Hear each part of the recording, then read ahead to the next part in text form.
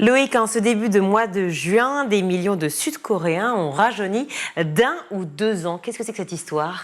C'est l'histoire du seul pays au monde où une personne peut avoir à la fois 29, 30 et 31 ans en même temps.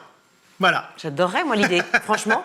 Et alors, comment c'est possible? Alors, c'est possible grâce au calcul des âges. Et en fait, en Corée du Sud, il y en a 3 qui cohabitent. D'abord, l'âge coréen, qui part du principe qu'un nouveau-né a déjà 1 an. En fait, il compte pas comme nous, de jours, de semaines, de mois, etc.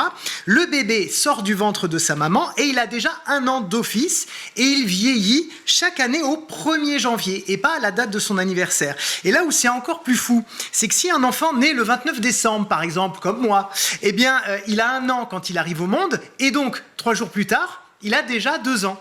Et oui, parce qu'on compte la grossesse, c'est ça. Et d'où vient ce mode de calcul alors? Eh bien justement, vous venez de le dire, c'est une très très vieille tradition bouddhiste installée en Chine, à Taïwan, au Japon depuis des siècles, qui prend en compte donc la grossesse de la mère dans le calcul de l'âge du nouveau-né. Alors bon, c'est 9 mois, mais comme c'est un peu compliqué, on arrondit à 1 an. Et pour d'autres experts, ce serait dû au fait que le concept du zéro n'existe pas en fait dans le système numérique chinois, et donc par effet d'imitation, les autres pays auraient pris l'habitude de commencer à 1. En tout cas, cet âge coréen est extrêmement important puisque c'est celui qui prévaut dans toutes les relations sociales. On va y revenir dans un instant. D'accord, donc ça c'est le premier mode de calcul, la première raison si je puis dire. Le deuxième, ce serait? Alors le deuxième mode de calcul, c'est l'âge de l'année. Là, on commence à 0, comme nous, mais on ajoute 1 an tous les 1er janvier et non pas à la date de naissance. Donc par exemple, si tu es né en novembre, tu as 1 an, 2 mois plus tard que ta naissance. Voilà. C'est un petit peu compliqué, mais c'est comme ça que ça fonctionne.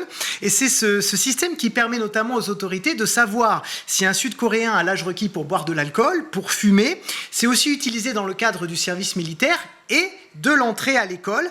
Et pour finir, le 3e mode de calcul, c'est le système international, c'est le nôtre, avec l'anniversaire, le jour de naissance, qui est en place en Corée du Sud depuis les années 60 à peu près. Et alors pourquoi c'est si important pour eux, le calcul de l'âge? Alors il faut savoir que toute la société coréenne est basée sur des relations sociales très très hiérarchisées. Et le langage reflète cette hiérarchie. On n'utilise pas le même niveau de vocabulaire selon l'âge de la personne qui est en face de nous. Et pour se situer socialement, pour bâtir des relations, c'est l'âge coréen qui est en fait pris en compte bien plus que tous les autres. D'accord. Alors, comme on l'a dit tout à l'heure, donc les députés vont voter la fin de cet âge coréen, c'est ça? Voilà, c'est ça. C'était en décembre dernier. Et c'est donc effectif depuis le 1er juin. C'est pour ça que des millions de gens, en fait, viennent de rajeunir d'1 an ou de 2 ans, même si en réalité, le nouveau système est quand même assez compliqué. On n'a pas le temps de le détailler là, mais il y a des calculs un petit peu compliqués. Ça aurait pu être l'anniversaire comme nous, mais non. Il y a des calculs et tout ça. Bon, bref. En tout cas, ils ont rajeuni, c'est ce qu'il faut retenir. Et est-ce que ça a un impact sur l'école? Pas sur l'entrée des enfants à l'école. En revanche, sur les relations sociales, encore une fois, oui. Et une très, très grande...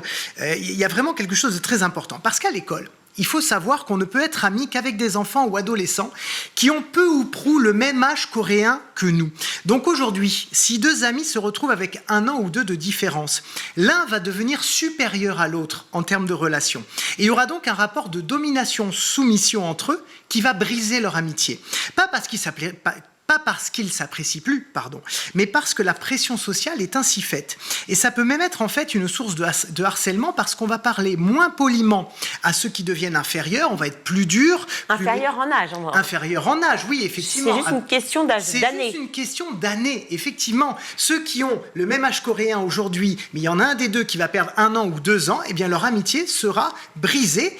Et celui qui sera plus âgé que l'autre va du coup lui parler de façon plus dure, plus méprisante. Et ça va forcément créer des susceptibilités, des frustrations chez ceux qui d'un coup vont perdre justement 1 an ou 2 par rapport à quelqu'un avec qui ils avaient des relations d'égal à égal jusqu'ici. Du coup, le gouvernement quand même a passé un petit message aux directeurs d'établissement en leur disant s'il vous plaît, soyez tolérants, soyez compréhensifs parce qu'il va forcément y avoir des problèmes de vexation, des basculements relationnels pour tous les enfants au quotidien. Et c'est une vraie révolution sociétale que vivent les Coréens ce mois-ci. Ça va avoir beaucoup d'impact à l'école, effectivement. Merci Loïc. Alors pour finir, vous aviez un petit remerciement à formuler, je crois. Oui, effectivement, je voulais remercier Juliette Morillo, qui est journaliste et auteure spécialiste des 2 Corées, qui m'a donné beaucoup d'informations, déjà pour comprendre la société coréenne et ce système de hiérarchie sociale, et pour bâtir cette chronique. Et elle a notamment publié La Corée du Sud en 100 questions, qui est aux éditions Taillandier. Merci Loïc.